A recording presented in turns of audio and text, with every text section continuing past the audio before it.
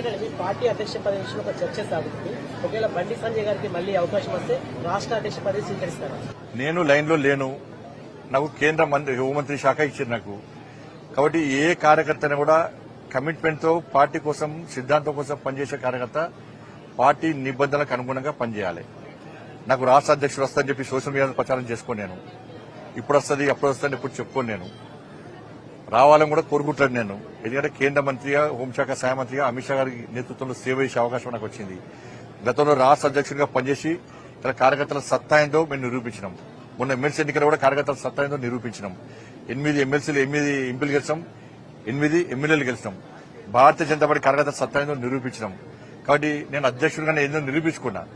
కాబట్టి నేను అందరి లెక్క ఏదో ఇప్పుడే వస్తుంది అప్పుడే వస్తుంది వచ్చింది నన్ను కలవండి అని చెప్పి చెప్పుకునే ప్రయత్నం మా పార్టీలో జరగదు. అది అటువంటి పద్ధతి మా పార్టీలో ఉండదు.